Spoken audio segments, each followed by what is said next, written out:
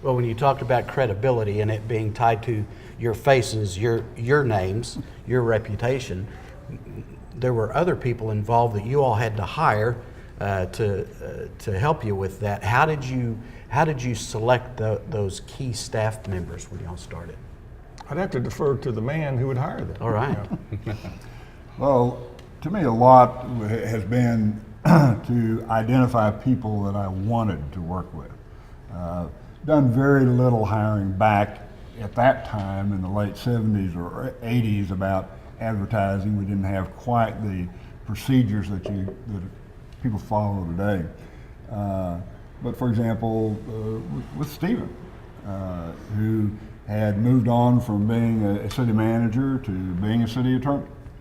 And we'd had 2 or 3 people that had worked with us as general counsel, but when we came to wanting to have a full-time counsel, I was looking for someone who understood municipal government, somebody who had background in municipal government, and for a number of reasons, Stephen was the person that we wanted, and we went after him. Later on, when we were looking at adding another person, an associate general counsel, Stephen and I talked with a number of legal people that we worked with and so forth, and identified a young man by the name of Jonathan Woods, and decided we wanted to talk with him about coming and being a part of the organization, and you kind of know how that has worked out.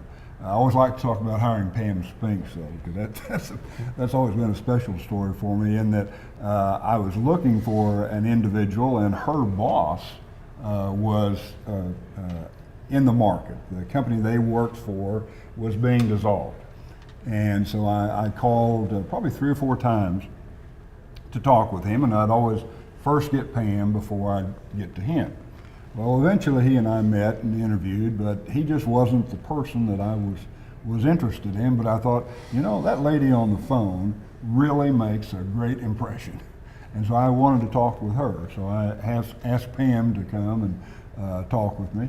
And she was really kind of hired initially for just sort of an administrative assistant position, but she did so well with the workers' comp program, and then moved on later on to risk management and so forth. So almost everyone that we were able to hire, we looked at what kind of a job we want, and then we looked at who was an individual we knew that had the best characteristics. Our original finance officer, Howard Faber. Howard and I were both professors at a college together. I knew that he did the accounting for the college. He also had a business that he ran. So I thought, he had all the characteristics. So when I was looking for someone, I thought, I've got to put a lot of faith and trust in that person, and Howard was the person that I could put absolute confidence in. So we were able to get him to come. So it was a little bit different than I went about hiring people later on, but initially we had that flexibility.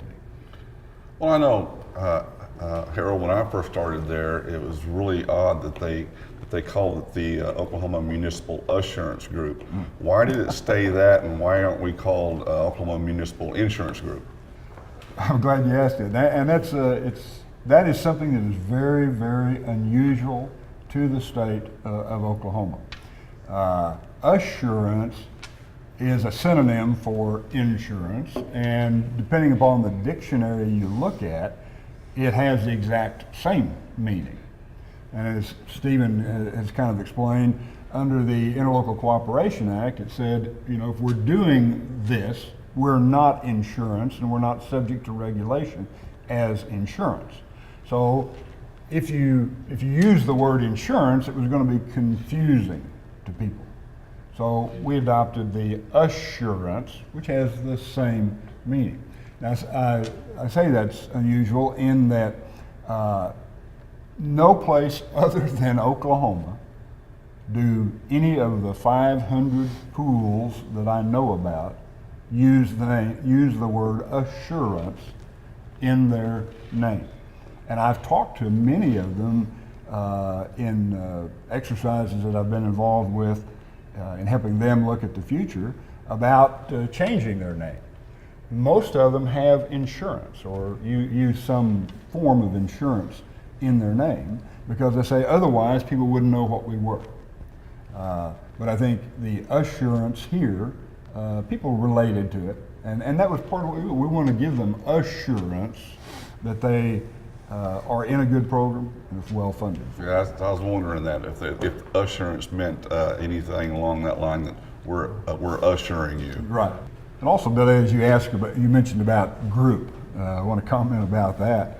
I think the OMAG picked up the group from the OMAG, the Group Insurance Trust. So Oklahoma Municipal Assurance Group. Within pooling around the country, that again, like assurance, is a very unique term.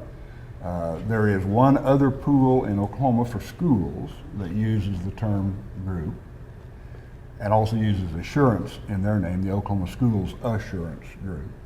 There are about 4 pools in California that have the word group in their name. There's one in Mississippi, and there's one in Virginia that has group. But otherwise, they go with association, authority, some other terms. It's really unique to use the term group here, but that's really what we're talking about. We have come together as a group of people through the Interlocal Cooperation Act. Well, speaking of groups and pooling, how come Oklahoma cities only have one municipal group like this, or pool? Yeah. One of the characteristics that was believed to be important in forming a pool was homogeneity of risk. So that the idea that you have just municipalities together, or just schools, or just counties, or just special districts, and that you just did one kind of exposure, that you had just those that are doing workers' comp, or just those that are doing health benefits, or just those that are doing liability or property. Initially, that's what everybody thought should be done. But as we talked with the boards here in Oklahoma, we thought, well, we're all municipalities. We have a little bit different nature to our operations, but it's pretty much the same exposure. And fortunately, the way the Interlocal Cooperation Act agreement was written, we could do more than one line of coverage. At the counties in Oklahoma, you have ACO-SIG, Self-Insurance Group, and ACO-SIF, Self-Insurance Fund. They have 2 separate programs, they have 2 separate boards of directors, but they have one staff. Now, in the schools in Oklahoma, there are about 4 or 5 pools, but they have different funding characteristics than municipalities have, and there's more of an urban, rural kind of split than we see in municipalities. So there's always been a good commonality among the municipalities, and it didn't matter really whether you were Kildare or Oklahoma City. You're a municipality, and there's a very shared interest that is not as common among schools or counties, and you don't see it as much in other states. I see. Well, Stephen, just like insurance companies, OMAG handles a lot of claims. Did you all handle your own claims when you all started this? No, didn't. We hired TPAs, outside companies that specialize in handling claims. How did you select them? How did you select those? Well, once again, it'd go back to Harold.